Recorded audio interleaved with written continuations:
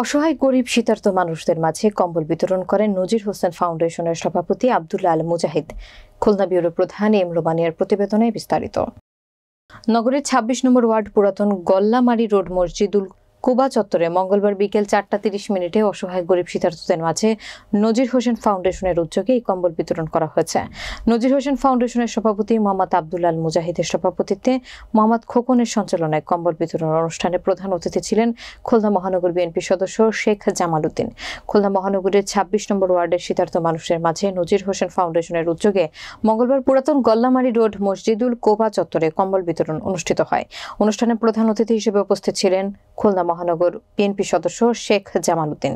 তিনি তার বক্তব্যে বলেন, মানুষ মানুষের জন্য দেখা যাচ্ছে ২৬ নম্বর ওয়ার্ড সহ মহানগরের বিভিন্ন জায়গায় গরিব দুঃখী অসহায় মানুষ প্রচুর ঠান্ডায় কষ্ট পাচ্ছে, যার ফলে নগরীতে দেখা দিচ্ছে শিশু সহ বৃদ্ধ বয়স্ক মানুষের বিভিন্ন প্রকারের ঠান্ডাজনিত রোগ। এই সকল অসহায় মানুষের মাঝে আজকের কম্বল বিতরণ। তিনি আরো বলেন, সমাজের অর্থবিত্ত মানুষের সকলের সহযোগিতায় হাত বাড়িয়ে দিলে অসহায় শীতার্ত মানুষের কিছুটা কষ্ট দূর হবে।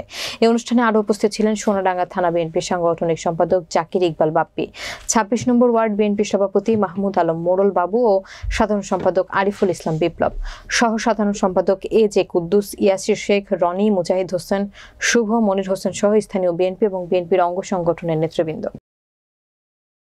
নজির ফাউন্ডেশনের উদ্যোগে আয়োজিত আজকে কম্বল বিতরণ অনুষ্ঠানের যে অনুষ্ঠানটা সম্পন্ন হলো, আমাদের কম্বল বিতরণ চলছে।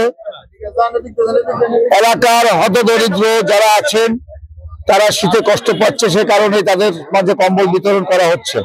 মানুষ মানুষের উপকারে আসতে হবে। সমাজে বিত্তবান থাকবে তা আল্লাহর দেওয়া দান, কিন্তু সেই দানের উপর কিন্তু গরিবের একটা হক আছে।